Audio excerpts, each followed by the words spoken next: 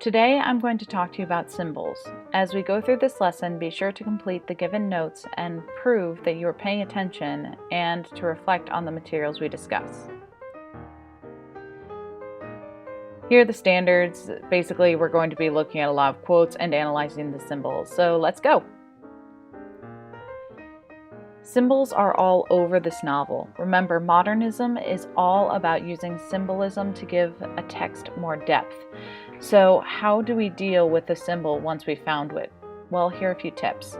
First of all, we need to identify an object that might be a symbol. The easiest way to do this is to take notice of an object that keeps popping up in a text or described with particular detail in the story.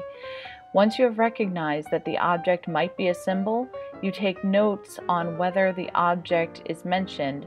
There's a reason why I had you finding quotes about the green light and the Valley of Ashes. As you are reading the text, be sure to take note of any descriptions of the object. Take notice of what the object does. What is its purpose? Also take note of which characters are or are not interacting with the object. Who sees it? What are they saying about it? What do they do with it? Also, be sure to look up any unknown references or words so that you don't misinterpret the text. Once you have gathered all this information, you can draw conclusions about the layers of the symbol based on your observations and associations with that symbol. For example, books are normally associated with knowledge and education. We've already done this a few times. Remember Owl Eyes in the library? We took a look at him. We took a notice of how he's behaving and what he said while he was in the library, such as the fact that he was drunk and was obsessed with how real the books appeared to be. We then used these observations to discuss how Fitzgerald was using a short interaction with a random character to point out how foolish people had become in the 1920s. We can take it even further because we later meet up with Owl Eyes again at Gatsby's funeral. Take a look at this quote. We staggered down quickly through the rain to the cars. Owl Eyes spoke to me by the gate. He couldn't get to the house, he remarked. Neither could anybody else. Go on, he started. Why, my God, they used to go up there by the hundreds. He took off his glasses and wiped them again outside and in. That poor son of a bitch, he said. First of all, it's significant that Owl Eyes is at the funeral at all, considering that there are only a handful of people there. This quote is the second time in a few pages that Owl Eyes takes off his glasses to be able to see through the rain.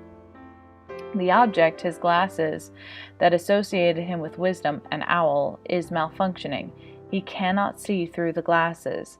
This reinforces our previous statement that Owl Eyes is a symbol for the corrupt wisdom in the 1920s. In the end, the wisest thing that the 1920s can do is to pity the death of a man who was so full of dreams. Symbols can be something small. This passage is our introduction to Daisy and Jordan. Nick and Tom were coming inside, and the following passage describes the women.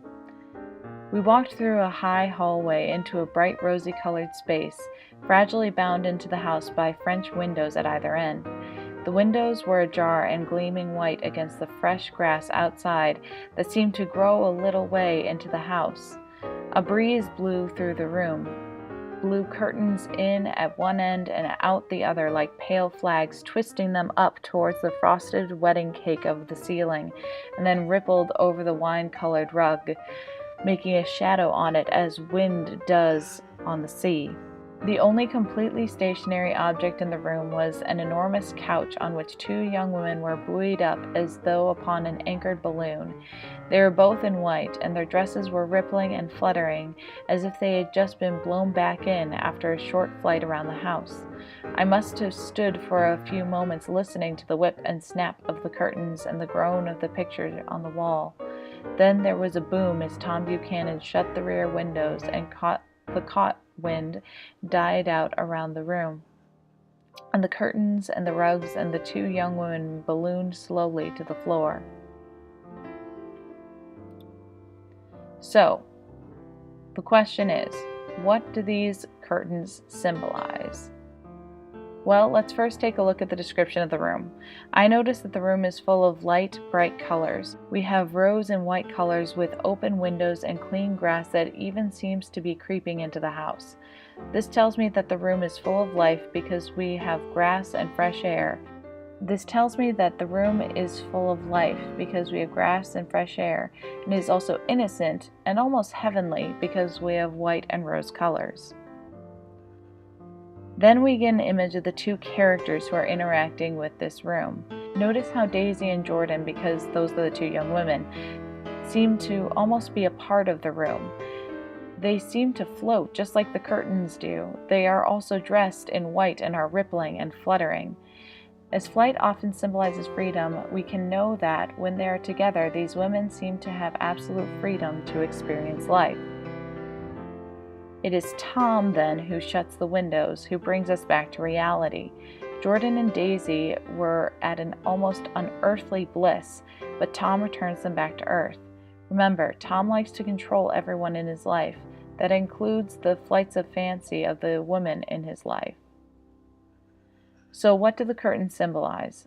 They symbolize the state of women in this story. While these women are far from perfect, they have limited opportunities to experience any real freedom. They are anchored down by the patriarchal expectations from their society. In other words, while women have many more freedoms in the 1920s, they were still reliant upon the men around them. They could also represent Daisy's personality. She is a bit of a wild, free spirit, but Tom wants to control her. So let's practice. I'm going to bring up a few quotes about the eyes of T.J. Eckleburg, and I want you to make as many observations about the quote as you can. This particular quote comes right after Nick describes the Valley of Ashes. Let's read the quote. But above the gray land and the spasms of bleak dust which drifted endlessly over it, you perceive after a moment the eyes of Dr. T.J. Eckleburg.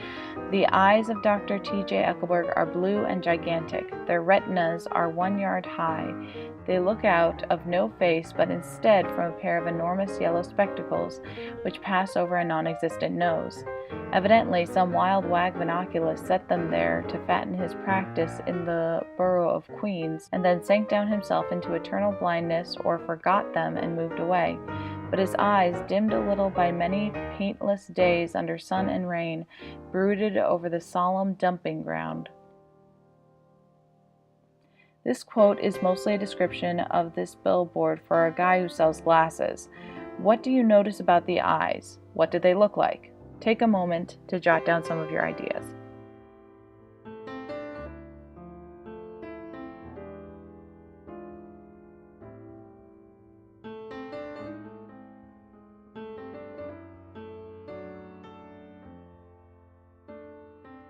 Now let's take a look at who interacts with this billboard. I followed him over a low, whitewashed railroad fence, and we walked back 100 yards along the road under Dr. Eckleburg's persistent stare. That locality was always vaguely disquieting, even in the broad glare of afternoon, and now I turned my head as though I had been warned of something behind. Over the ash heaps, the giant eyes of Dr. T.J. Eckleburg kept their vigil. The first quote is when Nick follows Tom to meet Myrtle for the first time. So the entire time that Tom is meeting with his mistress, these eyes are watching him. The second quote is when Tom, Nick, and Jordan are passing through the Valley of Ashes to follow Gatsby and Nick downtown. Nick takes a moment to describe how the eyes are still watching them. Take a moment to jot down any observations about these quotes. Notice who is interacting with the eyes. What are they seeing? And how do the eyes make Nick feel? Notice disquieting means disturbing or alarming.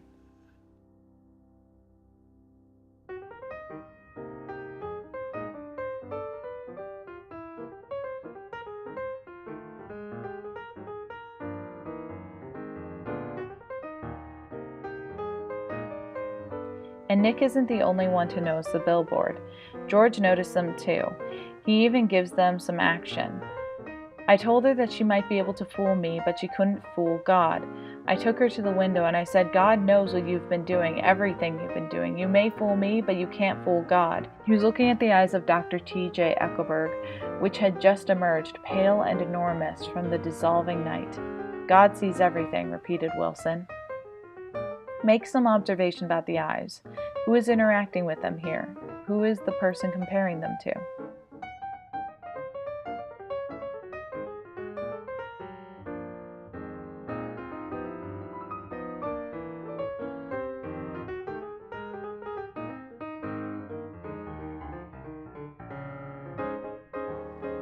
Feel free to compare your observations with mine. When I read this passage, I notice that the descriptions of the eyes is significant. They are large, so they are easily seen, but notice that they are in the Valley of Ashes, and they're not mentioned anywhere else. Like owl eyes, these eyes have glasses. Also, because it has been so long that since they were repainted, the billboard has dimmed quite a bit, so it looks like they're fading. I also noticed that mostly Nick and George interact with the eyes.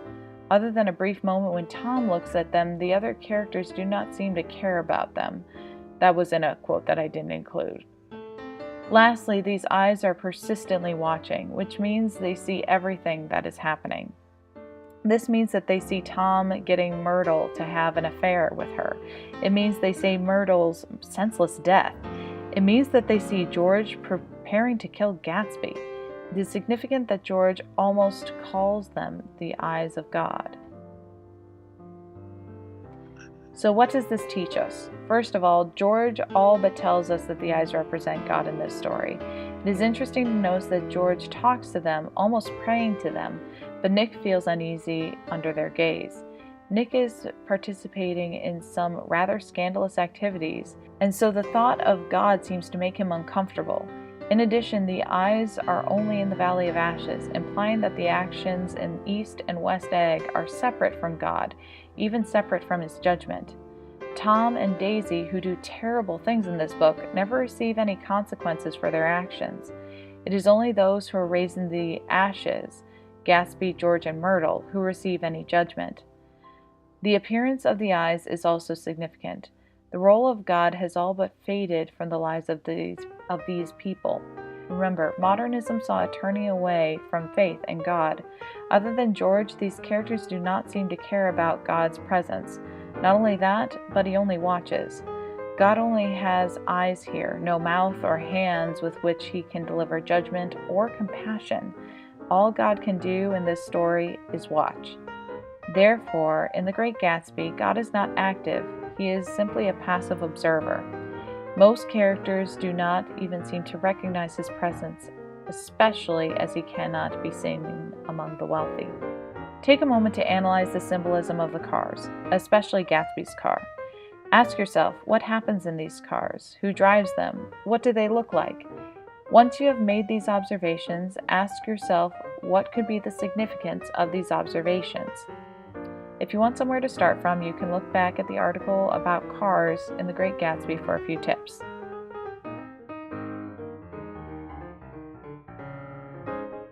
The green light is one of the most important symbols in this story. I've given you a starting point with these questions, but the rest is up to you. Go into as much detail as possible. You can use your PDF to look up light to find the passages where the green light is mentioned, or you can use your reading notes.